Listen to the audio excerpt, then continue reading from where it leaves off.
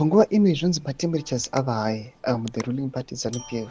Zvatoona kuti vakomana panguva ino they are mobilizing for the removal of General Chiwenga. Panguva ino tichiona kuti aiwa General ari kutaura kwavataura mashoko ecorruption avo achiinivhova vakomana nochivhayo vari close kune mutungamiri wenyika.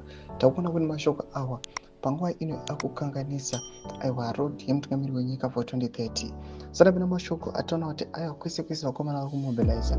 Don't subscribe or like or turn the bell icon. Team na BBC Zimbabwe ndanyora chiti checkpoint. ZANU-PF structures mobilized to push for the removal of VP. Totarisa muzora nezo tinoona kuti vakomana aiwa vepolitburo nemastructures avo vakanga vakaungana aiwa muHarare yesterday.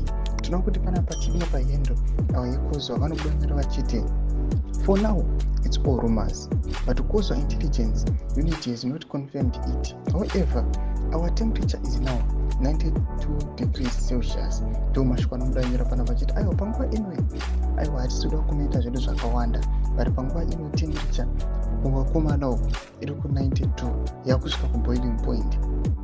Ndoda kuti panguva ino vanhu vari kutya manje sezvakamboitika muna 2017 kuti vakatora side road kawina.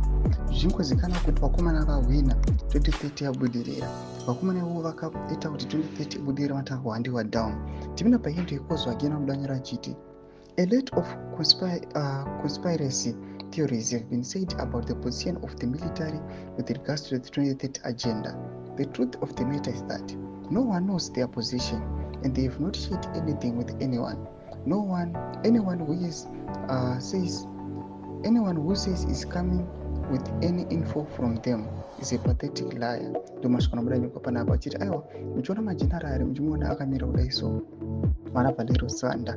Vakomana ava havasi kuti kunyanya kuda kumbotora maposition kana kudii. Noda kuti vanoziva vanotyira ravo kuti aiwa vachingotora position hauzivi kuti maconsequences edecision unenge waita anekakamira sei. Imbotidza mafungiro enyu noti kudii panguva ino ichiona kuti aiwa general panguva ino vari kuatakiwa. Taona Mabudha Ncube achimobilize yesterday again kuMidlands province. Pinda comment section medu mutidza mafungiro enyu. Musana subscribe or like, don't turn the bell icon.